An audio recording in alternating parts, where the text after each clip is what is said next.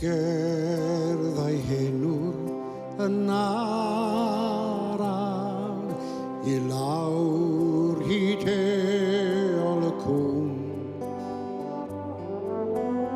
Hei o'r stryd lle bu'n chwarae gynt, ond heddiw oedd unig a llwm.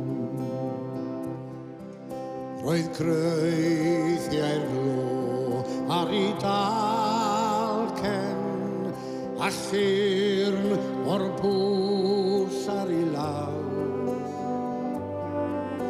Ac wrth iddo gerdded I lwybr y gwaith, fe glywai rhyw leisiau o draw.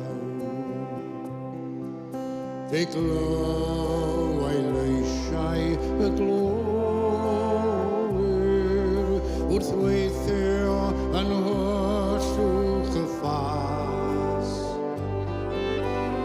Alent I cenol a'i denor mor fwyn, a Thomas yn cyd gan i'r bas. Fe goiau am hwyl yr hen ddyddiau, pan oedd bywyd y cwm yn ei ddrud.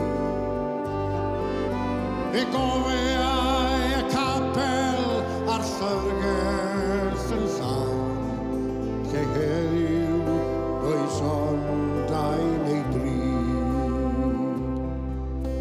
A heddiw mae Thomas ac Alun yn neu ar fynwent illtau. A does dim ar ôl yn nawr i'r henwr, ond atgofion a ffwll wedi cael.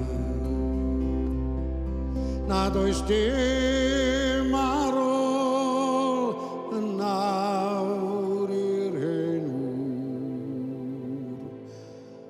ond atgofion